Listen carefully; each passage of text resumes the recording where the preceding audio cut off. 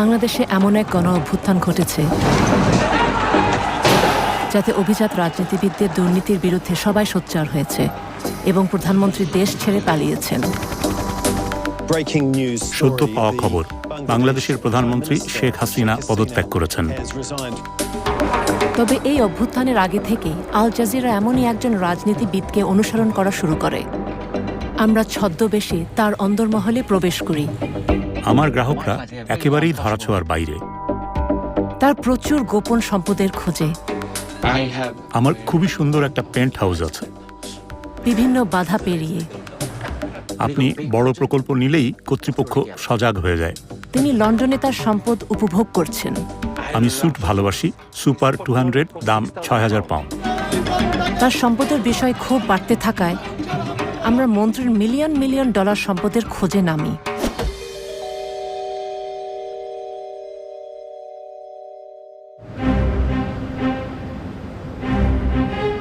অভ্যুত্থানের অনেক আগে আল জাজিরার আই ইউনিট একটা তথ্য পেয়েছিল।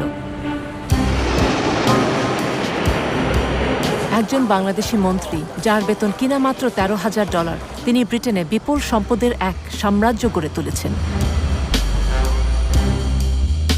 এই অভিযোগ অনুসন্ধানে আই ইউনিট একটি ছদ্মবেশী দল গঠন করে। 2023 সালের মধ্যে, অর্থাৎ যেটা ছিল গণ অভ্যুত্থানের আগের বছর, আমাদের ছদ্মবেশী প্রতিবেদকরা মন্ত্রীর ঘনিষ্ঠ লোকজনের কাছে পৌঁছায় এবং তার $1,40,00,000 লন্ডনের বাড়িতে আমন্ত্রণ পায়। হ্যালো মিস্টার লি, প্লিজ আসুন, স্বাগতম। হ্যাঁ, এটা খুবই নিরিবিলি একটা বাড়ি। আমার নিরাপত্তার জন্য খুবই সুরক্ষিত এমন একটা বাড়ি প্রয়োজন ছিল। মোট কত তলা? 5 তলা। এটা আমাদের সিনেমা হল। এটা আমার নতুন রোলস।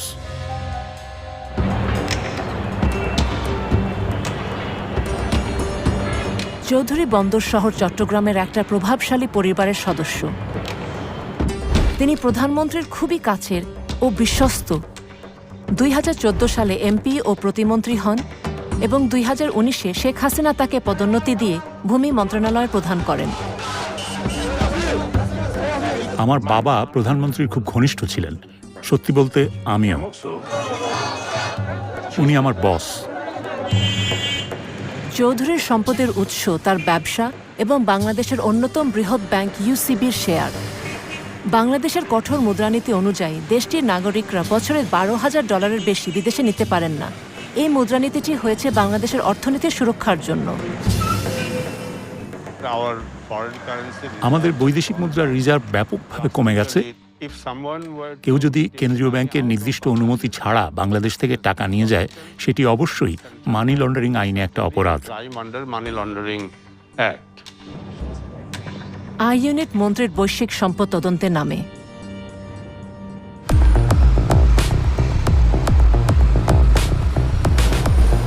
প্রথমে আই ইউনিট দেখার চেষ্টা করে মন্ত্রীর কী পরিমাণ সম্পত্তি ব্রিটেনে আছে। ফলাফল চমকে ওঠার মতো।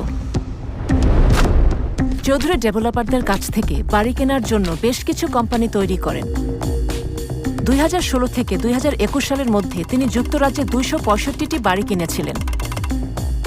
তিনি প্রধানত বার্কলি গ্রুপের মতো শীর্ষ ডেভেলপারদের কাছ থেকে কিনেছেন। আপনাদের মন্ত্রীর ব্যবসা রয়েছে। হ্যাঁ, তিনি সম্পত্তির ব্যবসায় জড়িত। আবাসন সংকটের কারণে তিনি প্রচুর লাভ করেছেন। কিন্তু তার কেনাকাটা সেখানে থেমে থাকেনি। 2021 সালে চৌধুরী লন্ডনের এই বিলাসবহুল সম্পত্তি $1,60,00,000 কেনেন। চৌধুরীর বেশিরভাগ সম্পত্তি বাই টু লেট, যা তিনি লাভের জন্য ভাড়া দেন। এরপর 2022 সালে তিনি 89টি বাড়ি কিনলে মোট বাড়ির সংখ্যা দাঁড়ায় 360টি, যার বাজার মূল্য $25 কোটি। উনি একজন অত্যন্ত ধনী ও সুপরিচিত রাজনীতিবিদ। তিনি সরকারের মন্ত্রী এবং যুক্তরাজ্যের শত শত বাড়ি কিনেছেন। উনি সেই ব্যক্তি যিনি একটি অত্যন্ত দরিদ্র দেশের তথাকথিত নির্বাচিত গণতান্ত্রিক রাজনীতিবিদ।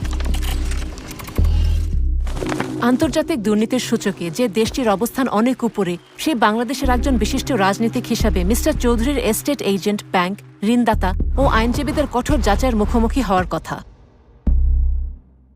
উচ্চ পদস্থ রাজনীতিবিদ ও সরকারি কর্মকর্তাদের অ্যান্টি মানি লন্ডারিং আইনে উচ্চ দুর্নীতির ঝুঁকি হিসেবে বিবেচনা করা হয়ে থাকে। তাদের ধন সম্পদের উৎস চুরি হওয়া রাষ্ট্রীয় তহবিল অথবা সরকারি চুক্তি পাওয়ার জন্য প্রদত্ত ঘুষ হতে পারে। তাদের রাজনৈতিক ক্ষমতার অধিকারী ব্যক্তি পিইপি হিসেবে চিহ্নিত করা হয় এবং তাদের বাড়তি যাচাইয়ের প্রয়োজন হয়।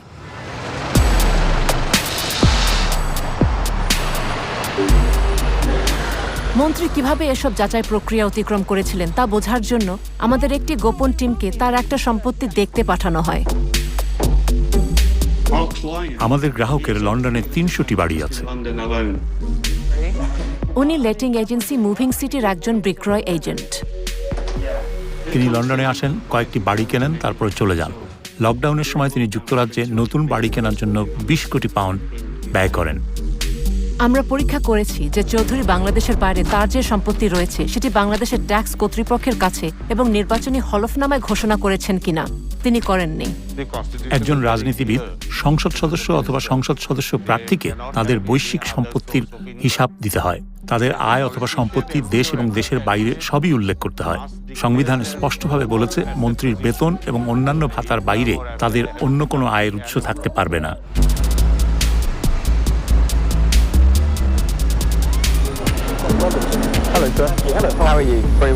আমরা যেমনটা ভেবেছিলাম, এজেন্টটি আমাদের তার বসের সাথে পরিচয় করে দিতে চাইল। রিপন মাহমুদ একজন এস্টেট এজেন্ট, যিনি মন্ত্রীর নিজ শহর চট্টগ্রাম থেকে এসেছেন। তিনি সাইফুজ্জামান চৌধুরীর মতো ধনী গ্রাহকদের সাথে গোপনে কাজ করেন। আসলে আমার গ্রাহকরা এমনই, আমাকে ভুল বুঝেন না, তারা ধরাছোঁয়ার বাইরে। আপনাকে বিশ্বাস করে টাকা বিনিয়োগ করে, 1 কোটি, 5 কোটি ডলার, এটাই হচ্ছে। রিপন মাহমুদ লন্ডনে একটা হোটেলে আমাদের গোপন টিমের সাথে দেখা করতে যাচ্ছেন। অনেক ধন্যবাদ। ধন্যবাদ। আমরা ধনী বিদেশি বিনিয়োগকারী হিসেবে অভিনয় করছি, যারা চীন থেকে 10 কোটি ডলার যুক্তরাজ্যের সম্পত্তি বাজারে স্থানান্তর করতে চাচ্ছে। রিপন, দেখা হয়ে ভালো লাগলো। আমাকে বিলি ডাকো। বিলি, দেখা হয়ে ভালো লাগলো। ব্যবসায় আগ্রহী এজেন্ট আমাদের টার্গেট মিস্টার চৌধুরীর ব্যাপারে পরবর্তী ক্লু দেন। আমার একজন ভালো বন্ধু মিস্টার সি, এই লোকটা ঠিক যেটা আপনি আমার কাছে চাচ্ছেন, প্রায় ঠিক সেটাই আমি তার জন্য করেছি। তিনি দুবাইয়ের, না চীন, না উনিও বিদেশি। হ্যাঁ, অবশ্যই তিনি একজন পিইপি এবং বিদেশি। তিনি একজন মন্ত্রী, একজন ক্ষমতাধর মন্ত্রী। তিনি বুদ্ধিমান, তিনি বড় প্রকল্পে যান না। যখন আপনি বড় প্রকল্পে যান, কর্তৃপক্ষ সতর্ক হয়ে যায়। বড় টাকা, বড় সংখ্যা সবাইকে সতর্ক করে দেয়। আপনি বুঝতেই পারছেন আমি কি বলছি। তাই তিনি 1 কোটি আনেন। আপনি বুঝতে পারছেন তো আমি কি বলছি? এবং উনি বলেন আমি নগদে কিনিনি, ব্যাংক আমাকে টাকা দিয়েছে। রিপন যখন মন্ত্রীর ব্যবসা দেখছে, তখন বাংলাদেশের সাধারণ নির্বাচনও বেশ ঘনিয়ে এসেছে। হাসিনার সরকারের একজন গুরুত্বপূর্ণ ব্যক্তিত্ব হিসেবে দুর্নীতি নির্মূলের কথা দিয়ে তিনি বেশ প্রচারের আলোতেও এসেছেন। এদিকে আমাদের লন্ডনের টিম একটা গুরুত্বপূর্ণ তথ্য পেল যে মন্ত্রীর যুক্তরাষ্ট্রের সম্পত্তি আছে। সেখানে তিনি 9টি বিলাসবহুল অ্যাপার্টমেন্ট কিনেছেন, 5টি নিউ ইয়র্কের প্রধান এলাকায় এবং আরও 4টি নদীর ওপারে নিউ জার্সিতে। আরও কয়েক দফা সাক্ষাতের পর রিপন আমাদের কাছে স্বীকার করলেন যে তার সবচেয়ে বড় গ্রাহক মন্ত্রী চৌধুরী। আমার সবচেয়ে বড় গ্রাহকদের একজন আগামীকাল শহরে আসছেন। উনি বাংলাদেশ থেকে আসছেন। তিনি ভূমিমন্ত্রী। তিনি তোমার গ্রাহক? হ্যাঁ, আমি 4 বছর আগে তার জন্য সবকিছু সেট আপ করেছি। এখন প্রতি বছর সে আমার মাধ্যমে প্রায় 10 কোটি ডলারের বেশি বিনিয়োগ করে। মন্ত্রী বাংলাদেশে ফেরত যাওয়ার আগে তার সাথে আমাদের দেখা করতে হবে।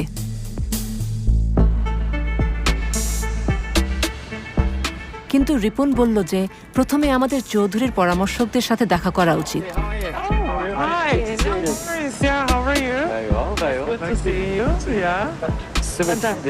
প্রথমে আমরা মন্ত্রীর আইনজীবীর সাথে দেখা করলাম।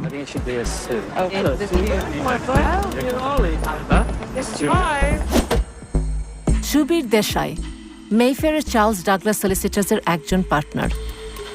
তিনি কোম্পানির মানি লন্ডারিং রিপোর্টিং অফিসার হিসাবেও কাজ করেন, যার দায়িত্ব হচ্ছে কোম্পানির আইন-কানুন মেনে চলা নিশ্চিত করা। এখানে দেখা যাচ্ছে তিনি রিপন এবং মন্ত্রীকে নিয়ে রাতের খাবার খাচ্ছেন। 2021 সাল থেকে তার প্রতিষ্ঠান চৌধুরীর কোম্পানিগুলোর 100টিরও বেশি ঋণের আইনগত কাজগুলো করেছে, সম্পত্তির পুনঃ অর্থায়নের ব্যবস্থা করেছে।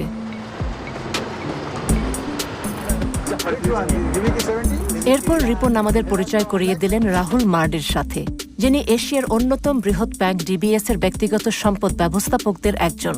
রিপন বলেন, চৌধুরীকে ব্যাংকে গ্রাহক করায় রাহুল কিছু চ্যালেঞ্জের সম্মুখীন হয়েছিলেন, যা ব্যাংকিংয়ের ভাষায় নতুন গ্রাহকের যাচাই বাছাইয়ের প্রক্রিয়াকে বোঝায়। মিস্টার চৌধুরী, ডিবিএস তাকে গ্রাহক করতে পারেনি, তার স্ত্রীকে করেছে। সিঙ্গাপুরের ব্যাংক তারা খুবই কড়া, নিষিদ্ধ সীমা অতিক্রম করে তাকে তারা অন্তর্ভুক্ত করতে পারেনি, কারণ তিনি একজন পিইপি। তবে 2024 জানুয়ারির মধ্যে ডিবিএস মন্ত্রীর কোম্পানিগুলোকে 20টি ঋণ দিয়েছিল, যা তার সাম্রাজ্যকে অর্থায়নে সহায়তা করেছে।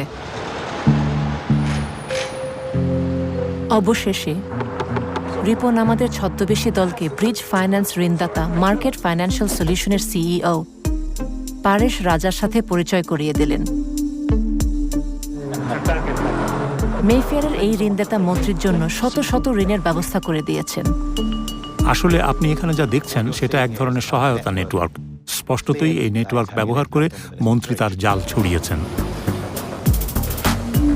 রিপনের নেটওয়ার্কের মধ্যে সেই ডেভেলপাররাও রয়েছে যারা মিস্টার চৌধুরীর কাছে সম্পত্তি বিক্রি করেছে। চৌধুরী তার প্রায় 1/4 সম্পত্তি, 80টিরও বেশি, ব্রিটেনের শীর্ষ নির্মাতা বার্কলে হোমস থেকে কিনেছেন।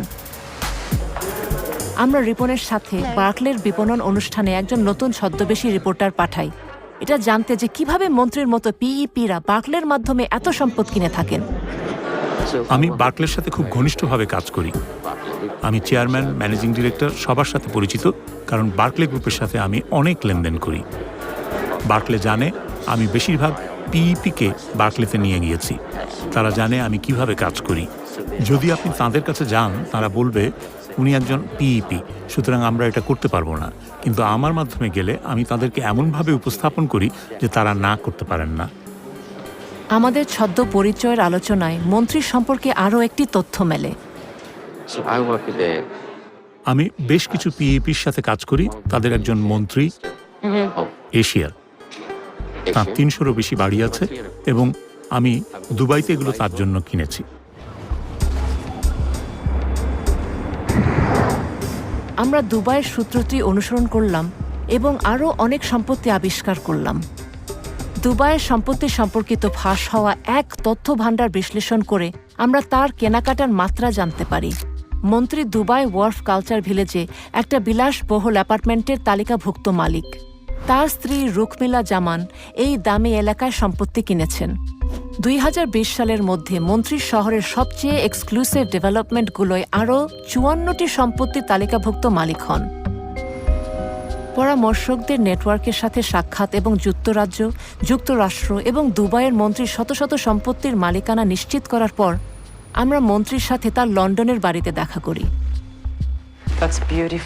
তিনি কি আমাদের কাছে প্রকাশ করবেন তিনি কিভাবে বিদেশে তার সম্পদের সাম্রাজ্য গড়ে তুলেছেন? মিস্টার সি সম্পত্তিতে বিশ্বাস করেন, সেটাই তার ব্যবসা। তিনি তার সব লাভ দুবাই আর লন্ডনে বিনিয়োগ করেছেন। লন্ডনে আপনার কতগুলো সম্পত্তি আছে? আমার একটা ভালো পোর্টফোলিও আছে এবং দুবাইয়ে আমার একটা পোর্টফোলিও আছে। আমি ডাউনটাউনে সেরা সম্পত্তি পেয়েছি, দুবাই মলের কাছে অপেরা এলাকায়। আমার একটা খুব সুন্দর পেন্ট হাউস আছে, কিন্তু আমি একটা ভিলাও কিনেছি যার একটা ব্যক্তিগত উপর হ্রদ আছে, সব কিছু আছে। এটা খুব সুন্দর। আমার সিঙ্গাপুর, মালয়েশিয়ায় বাড়ি আছে, নিউ ইয়র্ক, ম্যানহাটনে আমার সম্পত্তি আছে, খুব সুন্দর। মাঠ পর্যায়ে গোপন ফিক্সারের প্রয়োজনীয়তা তিনি ব্যাখ্যা করলেন। আপনি লন্ডন এবং যুক্তরাজ্যে যে সব সম্পত্তি কিনেছেন সেগুলো সবই কি রিপনের মাধ্যমে?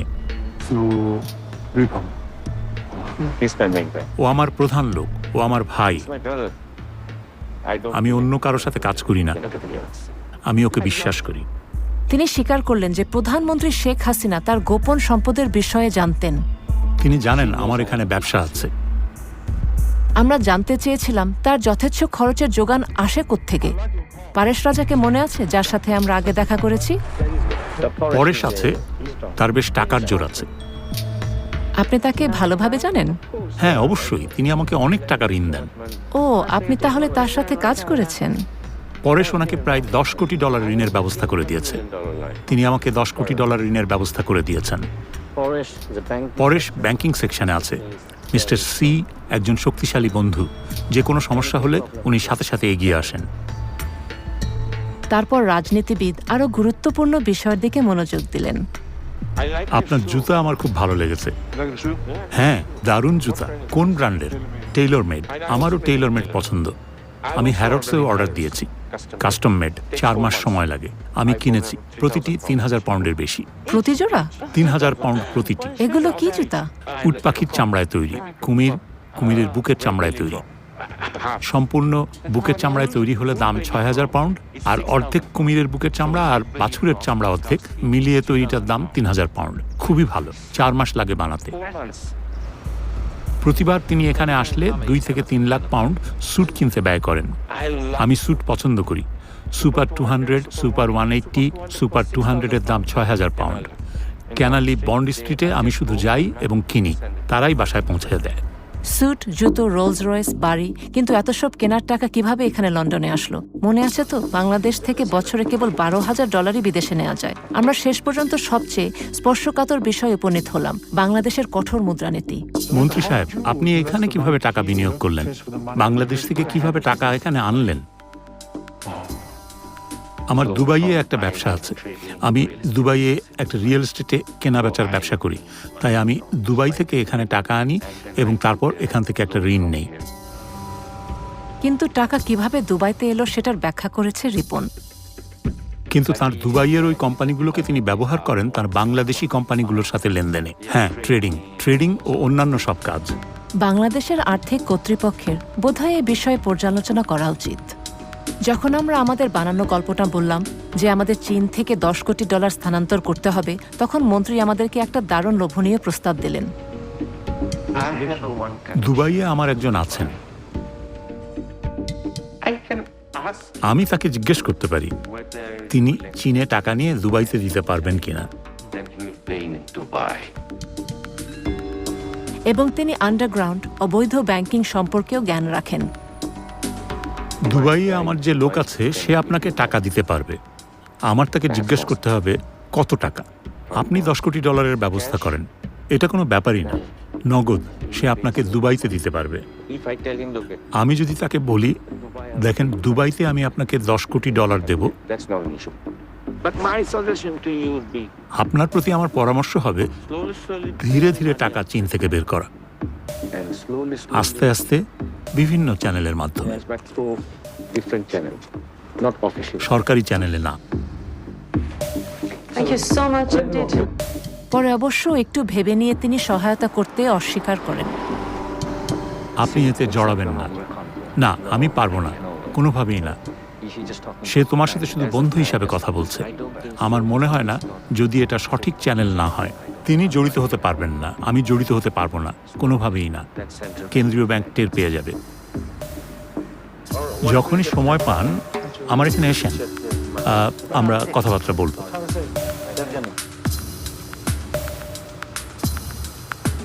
মন্ত্রীর বাসায় পুনরায় যাওয়ার নিমন্ত্রণ সহ আমরা বের হলাম, এবং যখন আমরা ফিরতে যাচ্ছিলাম ক্যাবের ভিতর রিপন মন্ত্রীর বৈশ্বিক সম্পদের প্রকৃত মূল্য জানালো।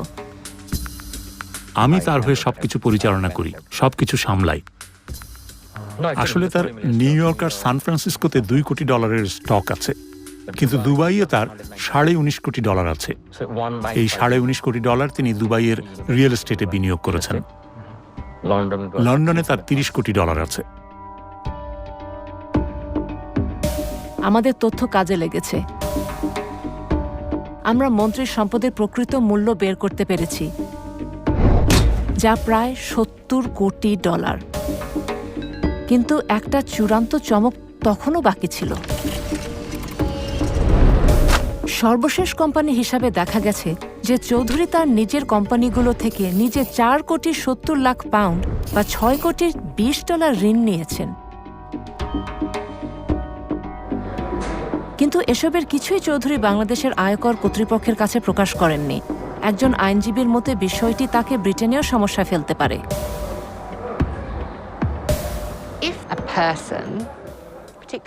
যদি কোনো ব্যক্তি, বিশেষ করে একজন পিইপি, তার ট্যাক্স রিটার্নে মিথ্যা ঘোষণা করে, তাহলে এটা এখানে বড় সমস্যা হতে পারে। যদি কোনো সন্দেহ থাকে যে একজন ব্যক্তি অপরাধমূলক কার্যক্রম থেকে লাভবান হচ্ছেন এবং সেই লাভ এখানে নিয়ে আসা হয়েছে, তবে এটা সম্ভবত মানি লন্ডারিং অপরাধ হতে পারে। এমনকি যদি সম্ভাব্য অপরাধমূলক কার্যক্রম অন্য দেশেও ঘটে থাকে। রিপনের সাথে যখন আমাদের শেষ সাক্ষাৎ হয়, তখন তিনি তার গ্রাহককে সাবধান করে বলেছিলেন যে যদি সে তার চৌধুরী সম্পদ লুকিয়ে না রাখেন, তবে বিপদ হতে সময় লাগবে না। আমি গত 3 বছর ধরে তাকে বারবার বলেছি, আমি বলেছি তোমার কাছে 30 কোটি, 60 কোটি, 70 কোটি পাউন্ডের সম্পদ আছে, তুমি কি পাগল? সে আমার সাথে রোলস রয়েস জুতা নিয়ে কথা বলে। তুমি তো তার উত্তেজনা দেখেছ। সে একটা অবুঝের মতো করছে। তোমার সমস্যা কি? কি তোমার সমস্যা? গত কয়েক মাস ধরে আমি তাকে বকাঝকা করছি। আমার গালির জন্য দুঃখিত। আমি বলেছি, এবং তোমার জন্য পুরো পরিবার।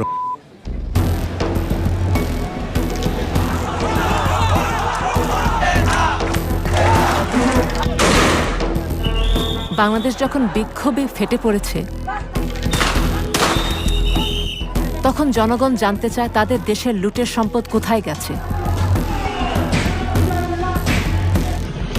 দেশটির প্রধানমন্ত্রী পালিয়ে গেছেন, তার সরকারে পতন হয়েছে, সরকার ঘনিষ্ঠরা পালাতে গিয়ে আটক হচ্ছেন।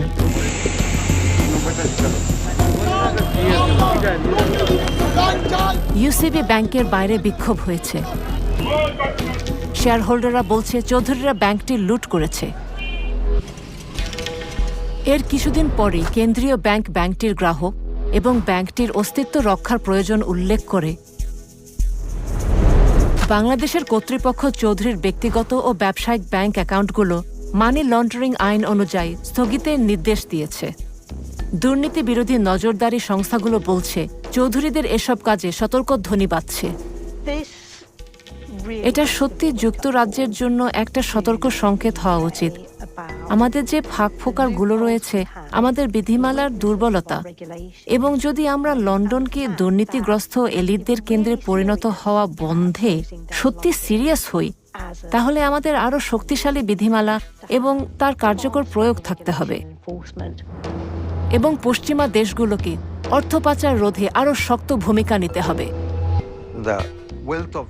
উন্নয়নশীল দরিদ্র দেশের সম্পদ সে দেশের মানুষের উন্নয়নে সে দেশেই থাকা উচিত।